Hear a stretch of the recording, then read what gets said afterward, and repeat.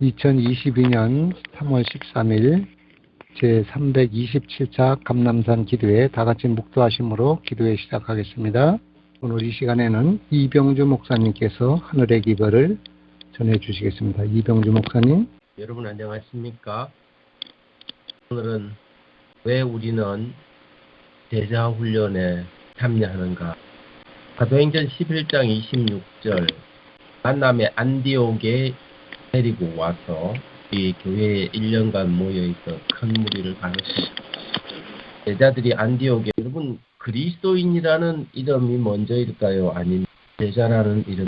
우리가 여기서 확인하게 되는 것은 사도행전 11장 26절에 비로소 안디옥에서 최초의 그리스도인이라는 이름을, 안디옥 교회에서 그리스도인이라는 이름을 처음 사용하기 전까지 대부분 사도행전 초장에 그리스도인이라는 이름은 등장하지 않습니다. 사실 성경에는 그리스도인이라는 이름들이 거의 등장하지 않습니다. 사도행전 11장 26절에서 이야기하는 것은 안디옥 교회의 사람들을 외부 사람들이 그리스도인이라는 이름을 붙여주었다는 것이지요. 그런데 여기에 기록한 것처럼 제자들이 안디옥에서 비로소 그리스도인이라 일컬음을 구절을 발견하게 됩니다. 말인즉슨 제자들이라는 이름이 그리스도인이라는 이름보다 훨씬 먼저 있었다는 것이죠. 사도행전 6장 7절에도 하나님의 말씀이 점점 왕성하여 예루살렘에 있는 제자의 수가 기독교인의 수가 많아지고 기록하지 않고 제자의 수가 많아졌다. 그리스도인이라는 이름을 얻기 전까지 성경은 예수님을 따르고 추종하는 사람을 다 제자라고 불렀습니다. 제자들이라고 불렀죠. 혹은 제자라는 표현 대신 믿는 사람의 수가 많아졌다. 이런 표현들이 있어요. 일단 믿는 사람은 신자죠. 신자 혹은 제자입니다. 신자가 있고 또 제자가 있습니다. 우리는 제자입니까?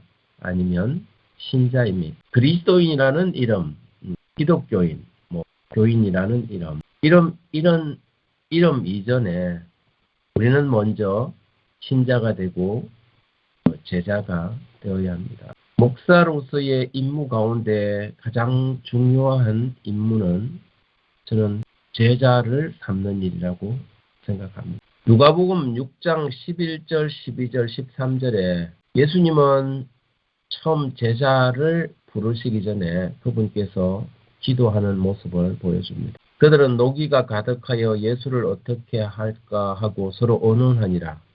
이때 예수께서 기도하시려 산에 가서 밤이 새도록 하나님께 기도하시고 밝음에 그 제자들을 부르사 그 중에 12를 택하여 사도라 칭하셨습니다. 누가는 상당히 재미있는 관찰력을 가진 성경의 기자입니다. 특히 이 누가가 예수님의 생애를 이렇게 살펴보는 이 관점을 보면 예수님께서 아주 중요한 일을 할 때마다 그분께서 아주 특별 기도를 하는 모습들을 누가는 관찰하고 있습니다.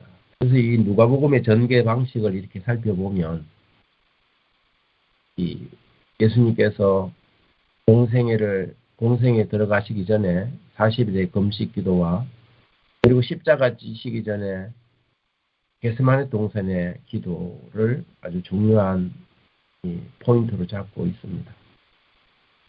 그리고 여러 사역들을 펼쳐가지만 아주 중요한 사역을 할 때 또 한 번에 밤을 새면서 기도하는 그 모습이 누가복음 12장에 등장하는 것입니다. 기도하러 산으로 가서 밤이 새도록 기도하고 난 다음에 그분이 하신 일이 뭐냐면 제자를 세우는 일이었습니다. 예수님의 생애를 이렇게 3등분 해본다면 그분이 공생에 들어가는 그 사건, 그리고 십자가를 지는 사건, 이 두 사건만큼이나 아주 중요한 사건이 하나가 있었는데 그것은 그분이 밤이 새도록 산에서 기도하고 난 다음에 한 사건이었는데 그것이 바로 제자를 세우는 사건이었습니다. 그런데 그 제자를 세우는 그 앞절, 그 제자를 세우기 위해서 밤이 새도록 기도하신 그 앞절에는 뭘 기록이 있냐면 11절에 있는 것처럼 그들은 노기가 가득하여 예수님을 어떻게 할까 하고 서로 의논했다고 했습니다. 다시 말해서 예수님의 원수들이 예수님을 어떻게 처치할까 하고 작당을 하고 모의를 하고 있을 때 예수님께서 하신 일은 산으로 가서 기도하시고 그 다음날 제자를 삼았다는 것이죠.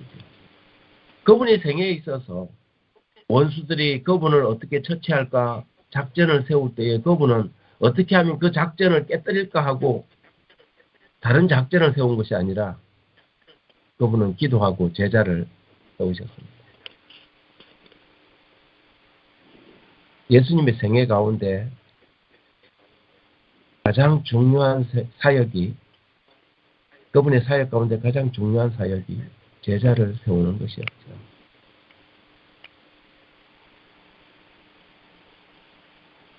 오늘날 목회자들이 교회 안에서 해야 할 가장 소중한 사역을 제가 미리 말씀드린 것처럼 성도들을 제자로 삼는 것이라고 생각합니다.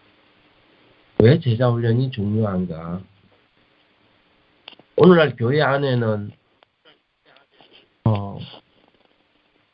영적으로 성숙하지 못한 많은 신자들이 있습니다. 캥거루족이라는 단어가 있습니다. 최근에 이제 나이가 30이 되고 40이 되고 이미 독립을 해야 할 성인이 되었음에도 불구하고 직장도 가지지 않고 또 결혼도 하지 않는 채 부모님하고 부모님에게 얹혀 사는 성인들이 꽤 많다는 것이죠. 마치 캥거루가 자식들을 이 주머니 안에 넣고 이렇게 다니는 것처럼 나이가 70이 되고 80이 된 노모들이 부모님들이 결혼하지 않은 성인이 된 자녀들을 집에서 데리고 또 살아가는 모습을 그리고 그렇게 사는 그런 성인들을 캥거루족 많은 신앙인들이 많은 신자들이 영적으로 꽤 오랜 세월이 지났음에도 불구하고 성숙하지 못하고 교회 안에서 목회자들의 짐이 되기보다는 힘이 되기보다는 오히려 목회자들의 짐이 되는 경우가 많죠. 뭐 그런 경우들입니다. 교회를 뭐 한 2주, 3주 빠지고 난 다음에 가만히 목사님이 전화를 하나 안 하나 이렇게 기다렸다가 전화를 안 하면은 목사님이 영혼에 관심이 없다고 그러면서 불평하고 투덜거리는 거죠. 그분이 스스로 다른 사람들이 혹시 교회 안에 안 보이는 사람이 영혼이 없는지 스스로 찾아서 위로하고 전화를 하고 이래야 될 그럴 만한 세월이 막 지났고 그럴 만한 사람인데도 불구하고 오히려 나한테 관심을 가져주나 안 가져주나 이런 생각만 하고 있는 영적으로 미숙한 그런 신자들이 교회 안에 많다는 것이죠. 그리고는 아이고 뭐 전화도 안 하는데 나 교회 나가니 안 나가니 그런 이야기를 교회 나온 지 10년이 지나고 20년이 지났는데도 그렇게 영적으로 덜 된 그런 교인들이 교회 안에 부지기수로 많다는 것이죠. 그래서 목회자의 일이 말씀을 전하는 것과 기도하는 초기 이 사도행전에 나타났던 그 제자들의 말처럼 마땅치 아니한 우리가 하나님의 말씀과 기도하는 일을 제껴놓고 공개를 일삼는 것이 제자들은 마땅치 않다 그랬거든요. 그래서 교회에서 집사를 세우고 장로를 세우고 그런 일들을 이 조직을 한 거거든요. 그런데 목회자가 늘 그런 일에 사람들을 서비스하고 공개하고 이런 일에 파묻혀 살다 보니까 오히려 목회자의 진정한 해야 할 일들을 하지 못하는 그래서 제자들이 마땅치 않은 일에 파묻혀 살아야 하는 그런 일들로 목회를 소진할 수 있도록 만드는 그런 사람들 그런 성도들이 가득한 그런 시대에 우리가 좀 살아가고 있는 것입니다. 제자 훈련이란 신자들로 하여금 구원의 확신을 가지고 영적으로 성숙할 수 있도록 그래서 스스로 하나님의 말씀을 보고 기도하고 영혼을 구원하며 성령과 교통을 통하여 철저한 순종의 생애, 굴복된 생애를 살아갈 수 있도록 만드는 것 이것을 우리는 제자 훈련이라고 하는 것입니다. 제자 훈련이 굉장히 중요한 것은 이 성도들로 하여금 영적으로 성숙하게 할 뿐만 아니라 교회 안에 오늘날 이 높은 영적 유아 사망률을 줄이는 가장 중요한 비결입니다. 매년 제7일 안식일 예수 재림교회는 거의 3,000명 가까이 새로운 신자들이 침례를 받고 들어오게 됩니다. 한국도 마찬가지죠. 꽤 많은 코로나 이후에 침례 숫자가 꽤 많이 적었지만 그래서 매년 교회마다 새로운 영혼들이 침례를 받고 들어옵니다. 그런데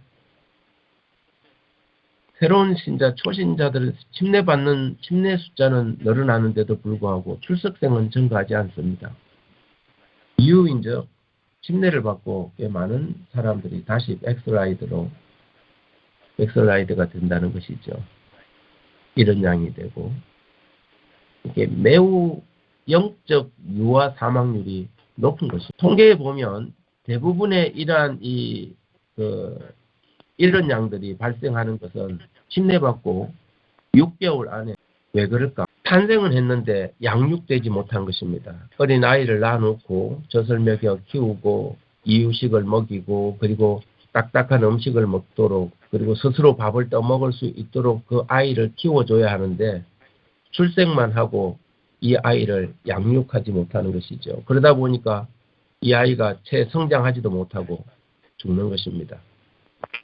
교회 안에 침례를 받고 들어오면 이 영적인 아이들은 곧바로 제자훈련에 들어가야 합니다. 제자훈련을 받고 그리고 이 아이들이 소년이 되고 청년이 되고 성인이 되어야 되는 그 과정이 필요한 것이죠. 그런데 그렇게 하지 못하기 때문에 성장하기 전에 영적으로 다 죽어버리는 것입니다. 제자훈련이라는 것은 영적 유아 사망률을 낮추는 가장 중요한 방법, 사역이고요. 그래서 교회마다 제자훈련이 자리를 잡고 영적인 유아들이 사망하지 않도록, 그래서 저희 교회 같은 경우에는 침례를 받으면 곧바로 이 제자훈련을 시킬 수 있는 그런 제자훈련을 받은 사람들이 그 새로운 성도들을 훈련을 시킵니다. 지난해 제가 이 세울산 교회를 첫 부임을 하고 거의 9개월에 걸쳐서 우리 1기 제자들이 지난 2월 달에 마지막으로 이수를 하게 되었습니다. 16명이 시작해서 11명이 1기들이 졸업을 하고 이수를 하고 그 1기들이 지금 현재 2기들을 양육하고 있습니다. 그리고 또 새로운 또 제자들을 제가 또 모집하게 될 거고요. 모든 성도들이 제자훈련을 경험하고 다른 성도들을 그리고 새로운 사람들을 어떻게 가르치고 그리고 제자를 삼을 것인가 훈련을 받을 필요가 있습니다.